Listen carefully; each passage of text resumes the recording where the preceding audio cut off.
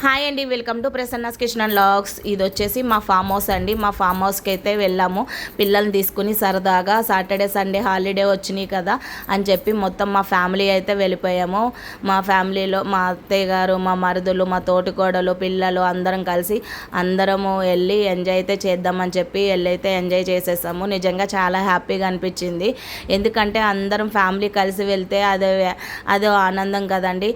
మీలో ఎంతమందికి ఇలాగ ఫ్యామిలీతో ఎలా వెళ్ళి ఎంజాయ్ చేయడం ఇష్టమో కామెంట్ చేయండి.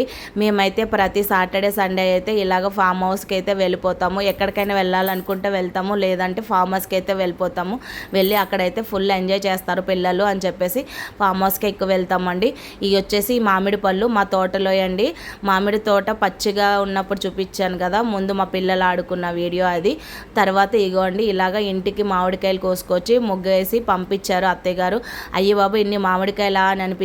మామిడికాయలు చూసినాక సరే అని చెప్పి కడిగి తిందామని చెప్పి మొదలుపెట్టాను. ఒక్క మామిడి పండు తిన్నదాన్ని 4-5 మామిడి పళ్ళు తిన్నానండి. అంత టేస్టీగా ఉన్నాయి. ఈ రసాలంట చాలా తియ్యగా అయితే ఉన్నాయి. ఒకటి తిని వాళ్ళు 2-3 కాయలు అయితే తినేస్తారు. ఇంకోటి ఏంటంటే మామిడి పళ్ళు అంటే నాకు చాలా ఇష్టము. అన్నం లేకపోయినా పర్వాలేదు, నాకు మామిడి పళ్ళు ఉన్నాయంటే ఆ రోజున ఇంకా నేను అన్నం కూడా తినను. అంత ఇష్టం. అన్నం ఏంటి ఏది కూడా తినను. మామిడి పళ్ళు అయిపోయే వరకు తింటూనే ఉంటాను ఏదో ఒక టైంలో తీసుకుని. ఈ వీడియో కనుక నచ్చినట్లయితే లైక్ చేయండి, షేర్ చేయండి. Thank you for watching.